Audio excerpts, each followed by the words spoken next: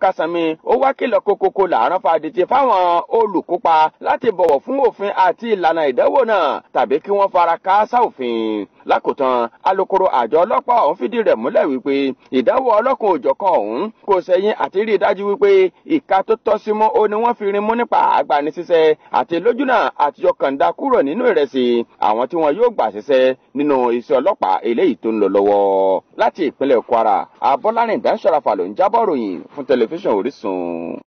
Àbọ̀lá ti gbọ́ láti ẹnu Dáńsàràfà bí ó ti jábọ̀ fún wa láti ìpínlẹ̀ Kwara.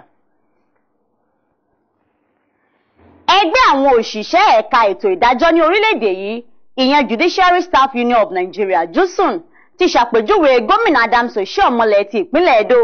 gẹ́gẹ́ bí gómìnà tí kò nífẹ̀ẹ́ àwọn òṣìṣẹ́. Wọ́n tún sọ wípé gómìnà ọ̀hún kó àwọn òṣìṣẹ́ lẹ́rú tí ó sì ń rọ àwọn akẹgbẹ́ rẹ̀ ní àwọn ìpínlẹ̀ tó kù láti ṣe bẹ́ẹ̀.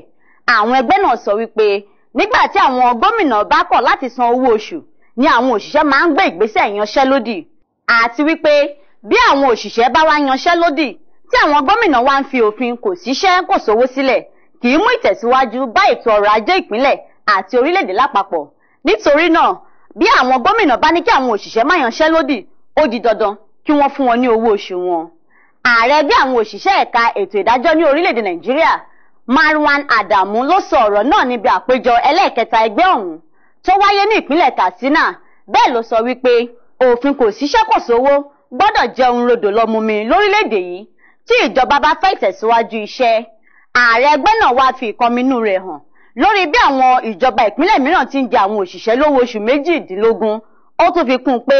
bẹ́ẹ̀ náà ni àwọn ẹlòmíràn kò tí ì tẹ́wọ́ gba àjẹmọ́nú kankan tó tọ́ sí wọn láti bí ọdún 2 sí 3, pẹ̀lú àrọwà pé kí àwọn ìjọba ìpínlẹ̀ káàkiri rí dájú wípé wọ́n san gbogbo owó tí wọ́n jẹ àwọn òṣìṣẹ́ wọn tí wọn kò bá fẹ́ kí àwọn òṣìṣẹ́ yanṣẹ́lódì. Àjọ tó ń gbógun ti ìwà àjẹbánu ní orílẹ̀-èdè yìí, Economic and Financial Crime Commission (EFCC),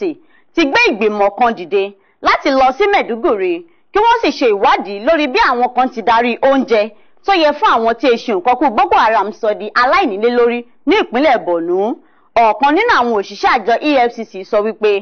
àwọn ìgbìmọ̀ ọ̀hún yóò tẹ̀síwájú lọ sí ìpínlẹ̀ Borno, ìyẹn ní Maiduguri, tí wọn yóò sì ṣiṣẹ́ papọ̀ pẹ̀lú àjọ tó ń rí sí ìṣẹ̀lẹ̀ pàjáwìrì, ìyẹn National Emergency Management Agency (Nema) àti àwọn àjọ mìíràn tó ń ṣiṣẹ́ fún ìjọba tó sì wà ní ipò tàbí tó ń rí sí fífún àwọn tí kò nílé lórí lóúnjẹ. Wọ́n sọ wípé ogúnlọ́gọ́rùn-ún àwọn tí kò nílé lórí náà ni wọ́n fọ́ sí ojúnà márosẹ̀ Maiduguri sí Kano sí Jos láti fi ẹ̀hónú wọn hàn lórí ebi tó ń pa wọ́n, pàtàkì jùlọ àwọn tó wà ní ibùdó ìkẹ́kọ̀ọ́ àwọn olùkọ́ èdè Lárúbáwá, ìyẹn Arabic Teachers College. Ìròyìn tó tẹ tẹlifíṣàn Orísun lọ́wọ́ ni pé ọpẹ́lọpẹ́ igbákejì gómìnà ìpínlẹ̀ Borno, Alhaji Usman Dokuo, tó rìn sásìkò ni kò jẹ́ kí àwọn ènìyàn náà ṣe ju bí ó ti yẹ lọ, nítorí pé agbára àwọn ọlọ́pàá kò fẹ́ ká ọ̀rọ̀ náà mọ́. Ní ìdáhùn sí ebi tó ń pa àwọn ènìyàn náà,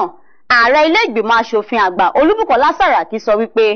àwọn yóò ṣe ìwádìí gidigidi lórí àwọn tó darí oúnjẹ tó tọ́ sí àwọn ènìyàn náà gba ibòmíràn, ṣùgbọ́n kí àjọ EFCC kọ́kọ́ gbé ìgbésẹ̀ tiwọn náà.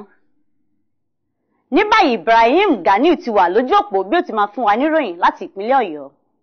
Bí ènìyàn bá dorí ahun, àánú yóò ṣolúwa rẹ̀, pẹ̀lú bó ti jẹ́ wípé kò dín ní ènìyàn 10 tó gbẹ̀mí mì tí ènìyàn 9 sì farapa yánnayànna níbi ìṣẹ̀lẹ̀ ìjàmbá ọkọ̀ kan eléyìí tó wáyé ní òpópónà Ìbàdàn sí ìlú Ọ̀yọ́ ní ọjọ́ Sátidé tó kọjá. Gẹ́gẹ́ bí ẹnìkan tí ìṣẹ̀lẹ̀ náà sojú rẹ̀ tí orúkọ rẹ̀ ń jẹ́ Wahab ṣe sọ fún àwọn oníròyìn, ó ṣàlàyé wípé ìjàmbá ọkọ̀ náà ni ó wáyé ní abúlé Ìtọ̀sẹ̀ ní òpópónà pẹ̀lú ọkọ̀ elérò Toyota Hiace kan tí nọ́mbà rẹ̀ jẹ́ LSD 191S tó ń bọ̀ láti ìlú Sango Ọ̀tà ní ìpínlẹ̀ Ògùn lọ sí ìlú Ìlọrin ní ìpínlẹ̀ Kwara. Ẹni tí ọ̀rọ̀ sojú rẹ̀ ọ̀hún sọ pé awakọ̀ ọkọ̀ èrò ọ̀hún ni ó sọ ìjánu rẹ̀ nù lásìkò tó ń gbìyànjú láti pẹ́ ọwọ́ ọkọ̀ náà nígbà tó ṣalábàápàdé kòtò ńlá kan lójú ọ̀nà lójijì. Ó sọ wípé ojú pópó náà tí kò dára ni ó fa ìṣẹ̀lẹ̀ ìjàmbá ọkọ̀ ọ̀hún. Nínú ọ̀rọ̀ tí alukoro ẹ̀ sojú pópó ìpínlẹ̀ Ọ̀yọ́, Olúwaṣeun Oníjàlá, ó fìdí ìṣẹ̀lẹ̀ láabi náà múlẹ̀ pẹ̀lú wípé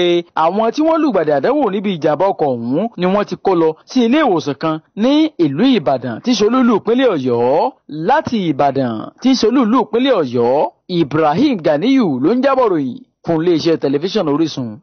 Abala ti gbọ́ láti ẹnu Ibrahim Ganiyu bí ó ti jábọ̀ fún wa láti ìpínlẹ̀ Ọ̀yọ́. Bí ẹni ń ṣeré ìtàgé ni ọ̀rọ̀ rí nígbà tí àwọn ọ̀dọ́ Àyàngbà ní ìjọba ìbílẹ̀ Dẹ́kínà ní ìpínlẹ̀ Kogi kó igi dínà fún ìyàwó gómìnà ìpínlẹ̀ ọ̀hún, ìyẹn Hajia Rasheedat Yahaya Bello, nígbà tó fẹ́ lọ kó oúnjẹ lọ sí ilé àwọn ọmọ aláìlóbìí kan ní agbègbè ọ̀hún. Àwọn ọ̀dọ́ náà ló kó àwọn igi ńláńlá dí gbogbo ẹnubodè àti ọ̀nà tí ìyàwó gómìnà lè gbà wọ inú ìlú wọn. Ìyàwó gómìnà Yahaya Bello ni a gbọ́ wípé ó ń kó oúnjẹ lọ sí ilé àwọn ọmọ aláìníyàá láti sàmì ayẹyẹ ọdún 25 tí wọ́n ti dá ìpínlẹ̀ Kogi sílẹ̀, ṣùgbọ́n tí àwọn ọ̀dọ́ náà kọ̀ jálẹ̀ láti jẹ́ kí ó wọlé, tí wọ́n sì sọ wípé kí gómìnà ìpínlẹ̀ Kogi san gbogbo owó oṣù àti àjẹmọ́nú tí ó jẹ àwọn òṣìṣẹ́ kí ìyàwó rẹ̀ tó wọ agbègbè àwọn. Ọ̀gá àwọn ọ̀dọ́ náà, ẹni tí ó jẹ́ àkàndá ènìyàn, ìyẹn Jibrin Ọ̀jádalẹ̀, sọ wípé àwọn kò nígbà kí Hajia Rasheedat Yahaya Bello pín nǹkan kan fún àwọn ọmọ ìlú àwọn, àyàfi tí ọkọ rẹ̀ bá san gbogbo owó oṣù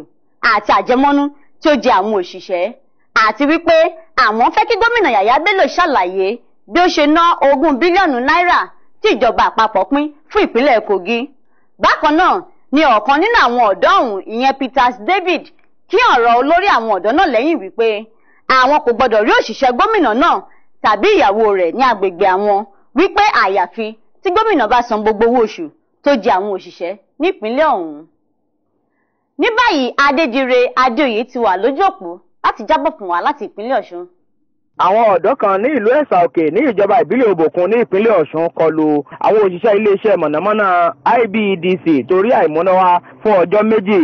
Àwọn ọ̀dọ́ náà ni wọ́n ti ní ìkùnsínú torí àìríná mọ̀nàmọ́ná lò kí ó tó wá di pé wọ́n fi àdá ṣá àwọn òṣìṣẹ́ mẹ́ta ní ìsákúsá torí ọ̀rọ̀ náà. Ìròyìn fi wá pé lẹ́yìn tí àwọn ọ̀dọ́ ọ̀hún lé àwọn òṣìṣẹ́ ọ̀hún kúrò ní ibi iṣẹ́ wọn ni wọ́n fi ẹsẹ̀ fẹ́ kí ó tún wá di pé wọ́n ká wọn mọ́ ní agbègbè ààfin ọwá mìíràn ti ìlú Ẹ̀sà Òkè tí wọ́n sì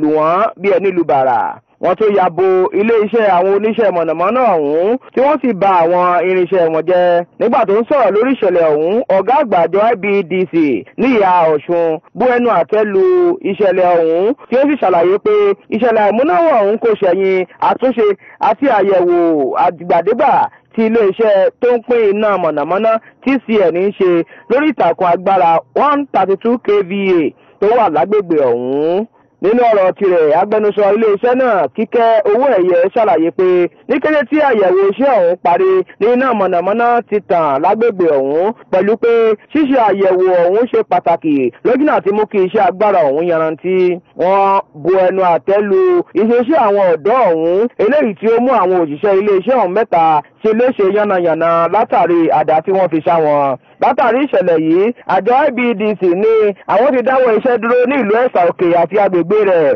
lójú àti dáàbòbò ẹ̀mí àti dúkìá wọn. Wọ́n wá bẹ̀ gbogbo àwọn oníbàárà wọn nípínlẹ̀ Ọ̀ṣun fún àgbọ́yé àti ìfọwọ́sowọ́pọ̀ wọn. Láti ìpínlẹ̀ Ọ̀ṣun, Adédire Adéoyè ló ń jábọ̀ ròyìn fún iléeṣẹ́ tẹlifíṣàn Orísun. Ní báyìí, Bọ́lá Kalẹ́ Akínbọ́lá ti wà níkàlẹ̀ bí ó ti máa fún wa níròyìn ìdókòwò.